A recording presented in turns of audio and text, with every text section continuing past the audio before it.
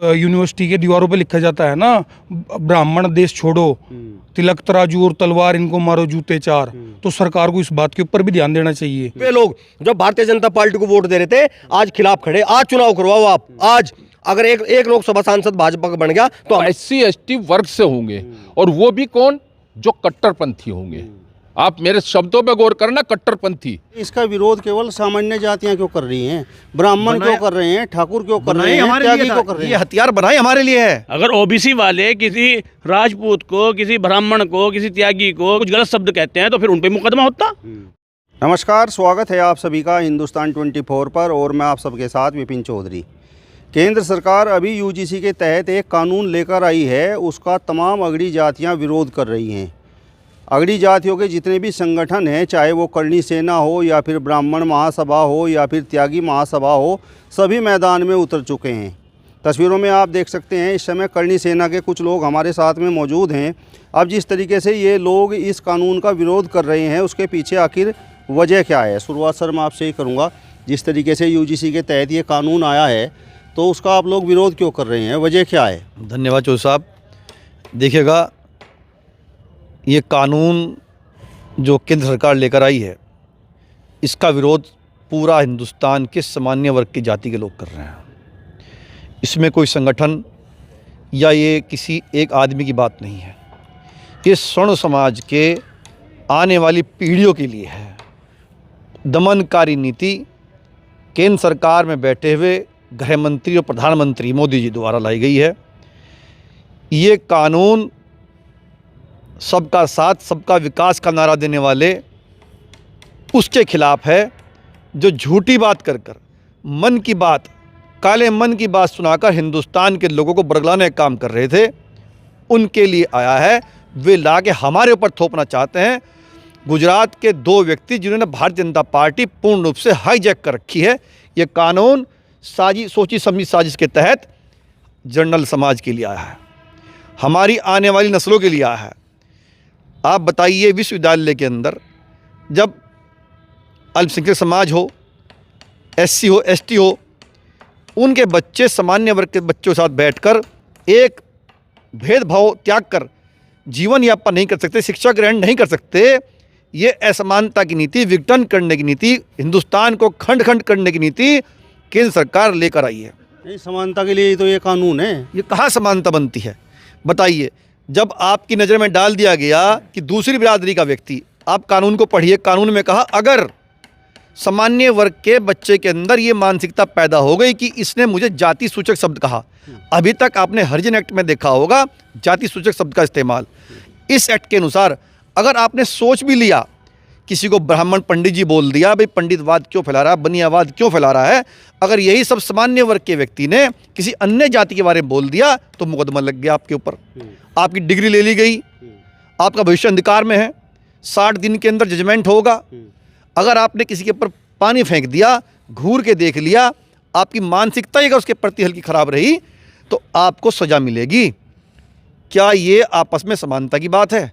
क्या छात्र जीवन में, आप भी छात्र रहे हैं, हम भी रहे हैं, आपस में बैठते भी हैं, लड़ते भी हैं, एक कमरे के अंदर तीनों वर्ग के बच्चे बैठ सकते हैं।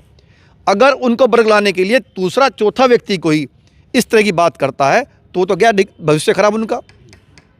क्या ये कहाँ तक बताइए आप, क्या छात्रों के जीवन के लिए कौन सी पॉलिसी लेके भारतीय जनता पार्टी के दो मुखिया किस विकास की बात कर रहे हैं, कहाँ एकता की बात कर रहे हैं?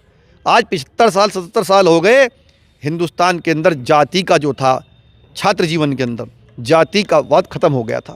नहीं, मेरा सवाल आपसे ये है कि इसका विरोध केवल सामान्य जातियां क्यों कर रही हैं? ब्राह्मण क्यों कर रहे हैं? ठाकुर क्यों कर रहे हैं? त्यागी क्यों कर रहे हैं? ये हथियार बनाए हमारे लिए है, ये हमारे बच्चों के लिए बनाया गया है। ये हथियार सामान्य वर्ग के उन बच्चों के लिए बनाया है कि केवल पढ़ाई का अधिकार उनका हो, मुकदमे का अधिकार हमारे बच्चों का हो।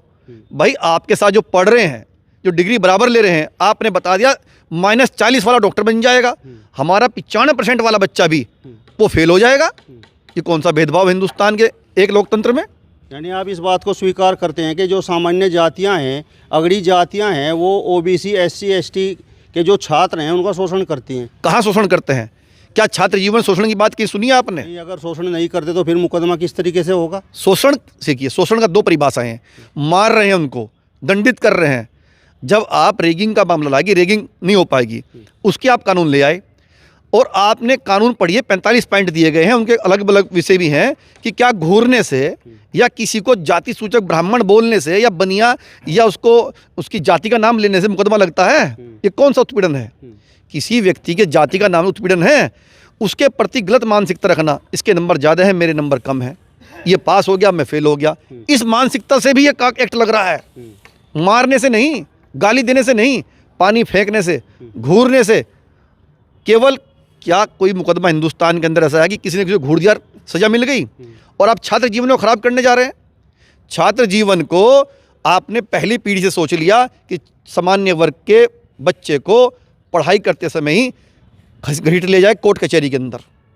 ये मानसिकता हिंदुस्तान में कहाँ है? मतलब ये बात आप स्वीकार कर देंगे भाई, भेदभाव किसी किस्म का नहीं है उच्च शिक्षण संस्थाओं में? कोई भेदभाव नहीं है, खत्म हो चुका। आप देख रहे होंगे, सबसे पहले जब आज से 80 के दशक में, 70 दशक में जाइए आप, जाति पूछकर विवाद होता था। आज एक ही जाति के बच्चे बड़ी संस्थाओं में बैठते हैं, छोटी बिरादरी हो बड़ी बिरादरी हो, सब एक जगह खाना खाते हैं, बैठते हैं, कैंटीन में भी, हॉस्टल में भी, कमरे में भी। क्या भारतीय जनता पार्टी नहीं चाहती? क्या भारतीय जनता पार्टी के 2 मुखिया क्या चाहते हैं कि क्या 3 वर्ग के बच्चे एक जगह ना रहें? अगर उनकी मानसिकता को पढ़ा जाएगा तो क्या उन पर मुकदमा लगाया जाएगा? उनकी मानसिकता गलत है, सामान्य वर्ग की मानसिकता हमारे लिए गलत है, इस बात पे मुकदमा लग जाएगा? कौन से कानून में है? और कौन सा कानून आपने बना दिया भी है? आप समझिए, कानून को पढ़िए, कितना घिनौना कानून इन्होंने बनाया है। ये सोची समझी साजिश है। चुनाव को देखते हुए भी 1 साल चुनाव का रह गया, इसको लाया गया है। दूसरा समझिए, ये कानून किसी पोर्टल पे नहीं डाला गया, ये पास करके बड़ी चोरी छिपे से यूजीसी के पोर्टल पे छिपा के डाला गया था। अब आप सही बात पर आए। जिस तरीके से आपने कहा कि अभी चुनाव नज़दीक है और इस वजह से कानून लाया गया, तो उसके पीछे वजह क्या है? उसके पीछे वजह है, उत्तर प्रदेश के अंदर सामान्य वर्ग की जाति का ही मुख्यमंत्री है। उत्तर प्रदेश के अंदर हिंदुस्तान के सभी राज्यों में, उत्तर प्रदेश ही नहीं, जितने बड़े ठेकेदार हैं, जितनी सड़कें बन रही हैं, जितने बड़े बड़े टेंडर हैं, केवल गुजरात के ठेकेदार होशियार हैं। गुजरात के व्यक्तियों के अलावा किसी पर टेंडर नहीं है। अगर कहीं मठ तोड़े गए, कहीं घाट तोड़े जा रहे हैं, छोटे छोटे मंदिर तोड़े जा रहे हैं, उनकी परमिशन उत्तर प्रदेश सरकार नहीं दे रही। सीधे पीएमओ से आदेश है और तोड़ने वाले ठेकेदार गुजरात के हैं। आप पूरे हिंदुस्तान के अंदर चेक करा लीजिए बैठ के कि बुद्धिजीवी और पैसे के धनेटा ठेकेदार केवल गुजरात के अंदर है, बाकी हिंदुस्तान के किसी भी राज्य में ठेकेदार पैदा ही नहीं होता। आप तो इस कानून का विरोध कर रहे हैं, कल ओबीसी एससी एसटी के लोग सड़कों पर उतर कर इसका समर्थन करेंगे। क्यों समर्थन करेंगे? क्या वो चाहते हैं कि हमने भाईचारा बिगड़े? हम छात्र जीवन को पहली पीढ़ी से, पहली स्टेप से ही, पहली सीढ़ी से ही विवाद में नहीं लाना चाहते। हम चाहते हैं छात्र सद्भाव से, सभी लोग समान कानून से अपनी शिक्षा ग्रहण करें। ये चाह रहे हैं क्या कि शिक्षा ग्रहण के पहले पायदान पर ही छात्रों के अंदर जातिवाद पैदा हो जाए, भेदभाव पैदा हो जाए। इस षड्यंत्र के तहत कानून लाए हैं जो हमें स्वीकार नहीं है, और जब तक इसका आंदोलन चलता रहेगा, जब तक वापस नहीं होगा, या तो कानून वापस हो या कुर्सी छोड़ के गुजरात चले जाएं। ये हमारी मांग है। और जनरल समाज के व्यक्ति ने आज तक, जब तक हिंदुस्तान आज़ाद हुआ है, देने का काम किया है, योजना लेने का काम नहीं किया, देने का काम किया है, कभी आवाज़ नहीं उठाई। आज आप लोगों को ये दिक्कत क्यों है? एससी एसटी ओबीसी के लोग क्यों नहीं सड़कों पर आ रहे? हमारे पर कानून छोपा गया। अरे हमारी पीढ़ी के पर अगर आप कानून हमारी पीढ़ी के लिए बनाया जाएगा तो विरोध तो हम ही करेंगे। हमारी जनरेशन के ऊपर कानून बनाया गया है, हमारी नस्लों को अनपढ़ रहने के लिए कानून बनाया गया है, मुकदमे में झेलने के लिए कानून बनाया गया, तो हम ही तो बोलेंगे, ऐसी क्यों बोलेगा? ठाकुर साहब, आप बताओ, क्या ये कानून योगी आदित्यनाथ जी को घेरने के लिए लाया गया है? जिस समय पर लाया गया है, अगर उसकी पृष्ठभूमि देखें तो शायद ऐसा हो सकता है कि 2027, क्योंकि क्या है कि देखिए, आप 2-3 चीज़ें समझे। राजस्थान का चुनाव हुआ और वसुंधरा राजे एक बड़ा चेहरा थी, लेकिन मुख्यमंत्री की पर्ची उनके हाथ से खुलवाई गई। मध्य प्रदेश का चुनाव हुआ, वहाँ मुख्यमंत्री का चेहरा कोई और था और किसी और को बना दिया गया। ये दिखाना चाह रहे कि भाई संगठन बड़ा है, पार्टी बड़ी है, कोई चेहरा बड़ा नहीं है। जबकि उत्तर प्रदेश के अंदर आदरणीय योगी आदित्यनाथ जी खुद में सक्षम है, और आज उत्तर प्रदेश की जनता मैं तो मानता हूँ कि जितने लोग भाजपा को वोट देते हैं वो आज ये कह रहे हैं कि भाई अगर योगी जी के नाम पे चुनाव होगा तो ठीक है, नहीं होगा तो भाई हमारी मर्जी, हम कहीं भी वोट दें। तो ऐसा हो सकता है कि इस समय पे इस कानून को लाना, बिना जानकारी के लाना, बिना किसी मीटिंग के, लोगों के बैठ का चर्चा के बिना लाना, तो कहीं ना कहीं ऐसा हो सकता है। इसका नुकसान क्या है? नुकसान है जी, देखिए दरअसल क्या है, अगर यही कानून कोई और सरकार ले आती तो हमें इससे कोई मतलब भी नहीं था।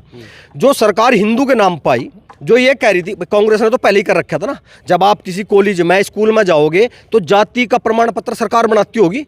भाई ठाकुर तो बना नहीं रहे, पंडित तो बना नहीं रहे, अग्रवाल तो बना नहीं रहे, त्यागी तो बना नहीं रहे, जाति का प्रमाण पत्र सरकारें बनावे, यही तो मांग है। तो इस चीज को लेकर ही तो नाराजगी थी कांग्रेस से कि भाई कांग्रेस ने हमेशा जाति की राजनीति करी, ये धर्म की राजनीति करने के लिए आए थे, धर्म के ठेकेदार उसी लाइन पे गए, वही जाति की राजनीति। एक कॉलेज में बच्चे पढ़ रहे जी, आप बताओ, अभी आपने अध्यक्ष जी से सवाल करा तो आप लोगों को दिक्कत क्यों है? अगर कहीं मीडिया के 20 बंधुओं को बुलाया जा और विपिन को रोक दिया जा गेट पर कि विपिन जी अंदर नहीं जाओगे, तो विरोध तो करोगे ना कि भाई जब मीडिया के 20 बंधु बुलाए रखे तो मुझे क्यों रोक के जा रहा, करोगे ना। आप ये तो नहीं सोचने के ना कि उन्हें क्यों बुलाया। हो सके कि आप निष्पक्ष अपनी बात रखते हो, आप उनके खिलाफ बोलते हो और आपको रोक लिया जा, तो मुद्दा तो आपका बन गया ना, आप उठाओगे तो मुद्दा तो हमारा बन गया ना जी। उनका कहना ये है, अब तक तो SC ST का मामला था, अब OBC वर्ग के जितने भी लोग इसमें आते हैं उन्हें भी इसमें ऐड कर दिया गया। SC ST एक्ट में OBC ऐड नहीं है, लेकिन UGC के अंदर OBC को ऐड कर दिया गया। तो कहीं ना कहीं दिक्कत तो होगी ना जी, मतलब जो उसके बाहर है वो तो उन्हें तो परेशानी होगी। मान लो एक बच्चा कॉलेज के अंदर तैयारी कर रहा है, आपने छात्र जीवन में बहुत सारे आपने नेताओं के नाम सुने होंगे जो छात्र जीवन से MP बने हैं, छात्र जीवन से MLA बने हैं, छात्र जीवन से मुख्यमंत्री बने हैं। वहां से तो शुरुआत करी थी उन्होंने। आज रविंदर सिंह भाटी है, उन्होंने अपने छात्र जीवन में इतना संघर्ष कराया उस व्यक्ति ने कि वो स्टार बन गया। आज की डेट में पूरे भारत के अंदर कोई नेता ऐसा नहीं है जो उसके बराबर की भीड़ इकट्ठा कर ले। तो ऐसे लोगों का दमन नहीं होगा भाई, इसलिए तो दमन होगा कि कोई भी जगह मुकदमा लिखा है तो उस पर मुकदमा लग गया, वो क्रिमिनल बन गया, ना नौकरी कर सकता, ना राजनीति कर सकता। भाई इसके ऊपर तो पहले ही मुकदमे लग गए, तो जब क्रिमिनल हो जाएगा तो कहीं भी नहीं खड़ा हो सकता। इसलिए गलत है, इसलिए विरोध हो रहा है इसका। मतलब मुकदमा किस तरीके से लगेगा, ये मेरी अब तक भी समझ में नहीं आई बात। मैं समझा रहा आपको। ऐसा होता है कि मान लो कहीं किसी की हत्या होगी और थाने के SHO को उसकी जिम्मेदारी दे दी गई कि आपको इसका अनावरण करना, खुलासा करना कि भाई कैसे हुआ। जब उसका खुलासा नहीं होता तो आपने सुना होगा कि स्क्वाड आवा है, डॉग स्क्वाड बोलते हैं उसको, सुना होगा ना आपने डॉग स्क्वाड के बारे। तो वो क्या है, वो सूंघने वाले कुत्ते हुए हैं, उन्हें डॉग स्क्वाड बोला जा, है ना। यहाँ समानता के नाम पे एक स्क्वाड बना दिया इन्होंने।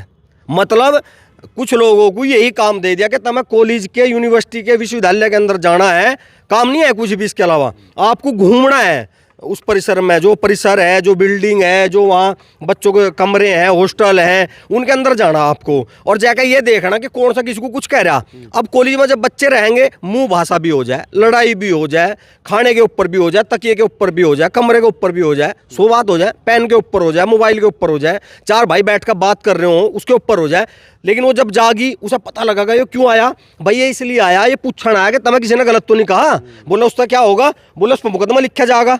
अगर उसने नहीं भी कराया, उसके साथ नहीं भी हुआ, वो तब भी कहेगा आज मेरे साथ कराया, कौन सा वीडियोग्राफी हो रही। और सबसे बड़ी बात, SC ST एक्ट में अगर मुकदमे झूठे पाए गए तो देश के न्यायालयों ने उनके खिलाफ बहुत बड़े बड़े मुकदमे लगाए, उन पर हरजाना लगाया, उन्हें जेल भेजा। इसमें ये भी नहीं है, इसमें अगर वो गलत पाया गया तो उसके खिलाफ कोई कानूनी कार्रवाई है ही नहीं। तो सामान्य वर्ग के लिए भी है ना, अगर OBC SC ST के लोग सामान्य वर्ग के छात्रों को कुछ कहेंगे तो मुकदमा तो उन पर भी होगा ना। नहीं नहीं नहीं भाई जी, यही तो है, यही तो नहीं है। और सुनो, वे तो कर ही नहीं सकते मुकदमा। उल्टा ये समझो आप, अगर किसी ने झूठा मुकदमा भी करा और उसकी निष्पक्ष जांच हुई और बाद में ये पता लग गया कि इस OBC वर्ग के, SC ST वर्ग के, SC वर्ग के बच्चे ने झूठा मुकदमा करा, ये तो लड़का मौके पर था ही नहीं, इसका नाम झूठा लिखा गया, वहां तो केवल 2 बच्चे थे, तीसरे का नाम गलत है, तब भी उसके खिलाफ कार्रवाई नहीं होने की, तब भी उसके खिलाफ कार्रवाई नहीं होने की, ये नियम है भाई जी। यानी इसका मतलब ये है कि पिछले काफ़ी वर्षों से इस तरीके की घटनाएं होती आई हैं और सरकार के वो संज्ञान में थी, इस वजह से सरकार ये कानून लेकर आई। सरकार तो 2018 में संशोधन होने के बाद सुप्रीम कोर्ट के द्वारा, भाई सरकार तो निगरानी नहीं कर रही ना, मुकदमों की निगरानी कहाँ होती है, कोर्ट के अंदर, कार्रवाई कहाँ होती है, कोर्ट के अंदर, लिखा पढ़ी कहाँ होती है, कोर्ट के अंदर। जब कोर्ट ने यह कहा 85% मुकदमे गलत है, SC ST में संशोधन की जरूरत है, 2018 के अंदर सबसे बड़ा संशोधन हुआ।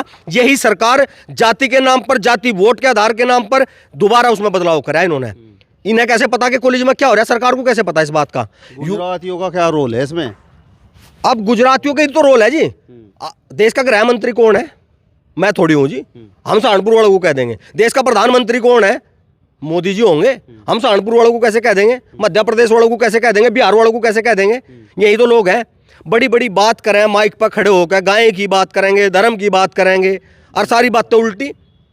आप पता करो। हम तो कह रहे जी, हम कह रहे गलत है सही है हमें नहीं पता, लेकिन हम अपने समाज से निवेदन कर रहे, स्वर्ण समाज के लोगों से निवेदन कर रहे हैं। अगर आप लोगों को लगता है गलत है तो जो लोकसभा का अगला चुनाव हुआ होगा, ये तो इस बार भी कह रहे थे 400 पार 400 पार, केवल इस बार तो टिकटों के बंटवारे के ऊपर 250 पर रुक गए। अपनी विचारधारा से अलग लोगों के साथ समझौते करके सरकार बनानी पड़ेगी इन लोगों को जो उनसे 400 पार कहे थे। और इस बार तो उन लोगों के जिनके टिकट कटे थे उनके बच्चों के भविष्य की बात है। फेसबुक उठाकर देखो आप, सोशल मीडिया उठाकर, जहां आदमी निष्पक्ष रूप से अपनी बात रख सके, जहां उसकी बात को दबाया नहीं जा सकता, कहीं से हटाया नहीं जा सकता।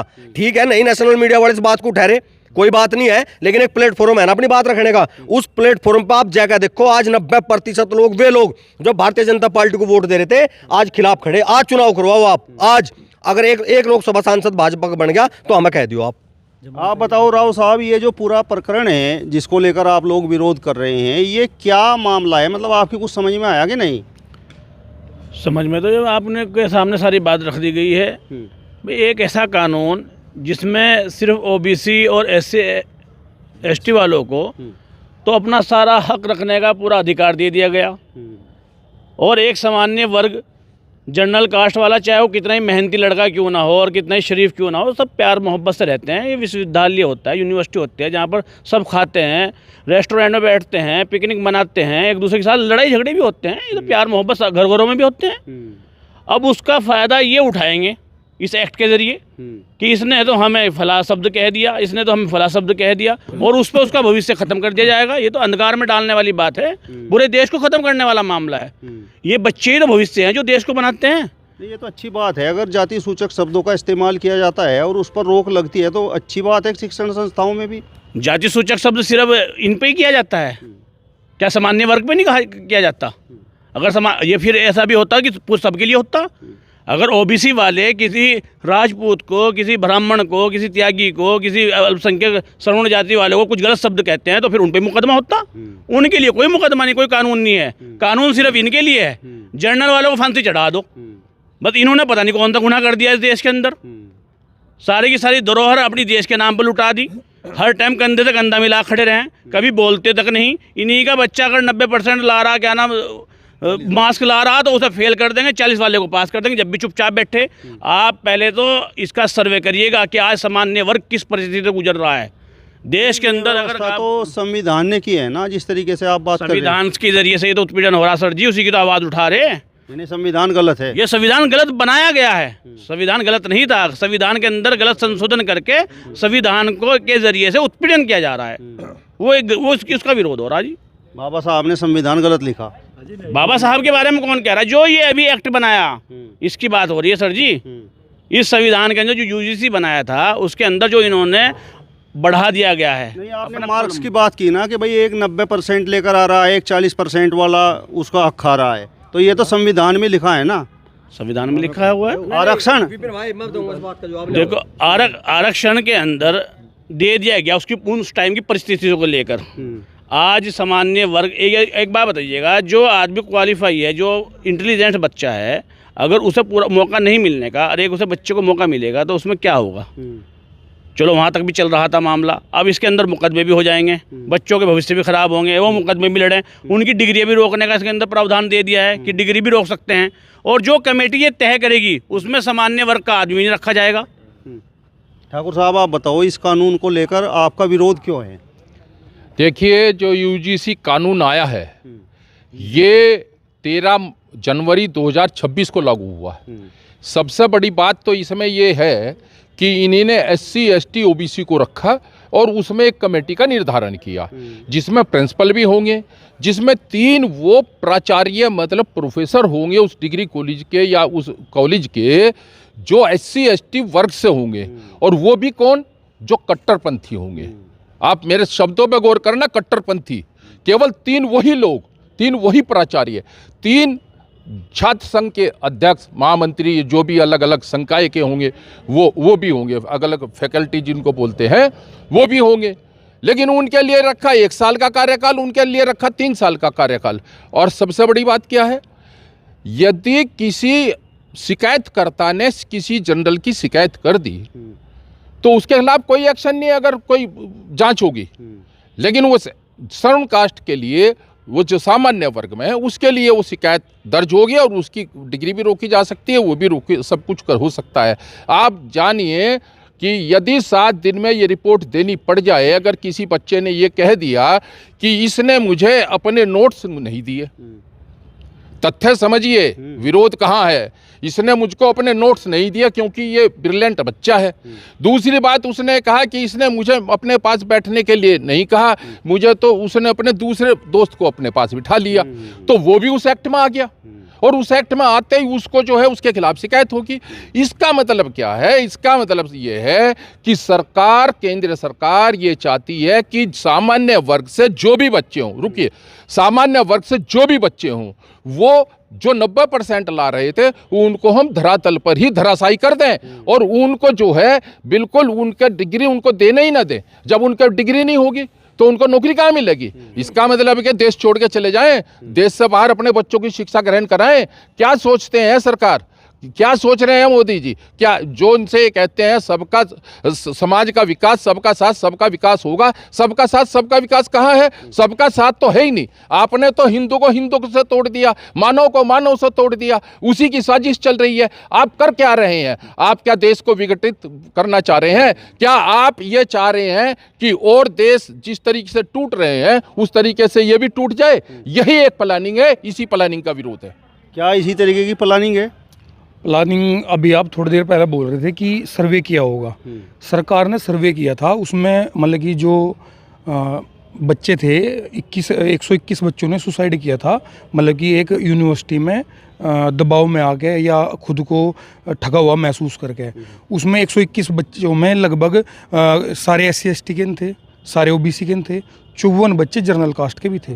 सरकार को ये भी देखना चाहिए, दमन केवल SC/ST वर्ग का नहीं होता है, दमन जनरल का भी होता है। जब यूनिवर्सिटी के दीवारों पे लिखा जाता है ना, ब्राह्मण देश छोड़ो, तिलक तराजू और तलवार इनको मारो जूते 4, तो सरकार को इस बात के ऊपर भी ध्यान देना चाहिए। बच्चों का दमन कोई SC/ST का नहीं है, दमन जनरल का भी है। तो कानून बने या तो सबकी सुविधाओं को, सबकी चीज़ों को ध्यान में रख के बने। ऐसा ना बने कि 2 भाइयों को तो बढ़ा चढ़ा के दे दिया और एक भाई को गरीब करके छोड़ दिया। ये नहीं होना चाहिए। वो जो शिक्षा संस्थान हैं, यूनिवर्सिटी हैं, कॉलेज हैं, वो शिक्षा का मंदिर है, वो राजनीतिक अखाड़ा नहीं है, वो मुकदमा कोर्ट कचहरी का अखाड़ा नहीं है। उसको शिक्षा का मंदिर रहने दो, उसमें शिक्षा, बच्चे शिक्षा ग्रहण करें, यहाँ तक ही सीमित रहें। मुकदमेबाजी वाला ये झंझट है ना, ये भविष्य अंधकार में है भारत का। इस चीज़ को ध्यान में रखना आप चौधरी साहब। चलिए, तो आपका इस वीडियो पर क्या कहना है कमेंट बॉक्स में हमें ज़रूर बताइए। फिलहाल इस वीडियो में बस इतना ही। अगली वीडियो में फिर आपसे मुलाकात होगी, तब तक बने रहिए हिंदुस्तान 24 के साथ। नमस्कार।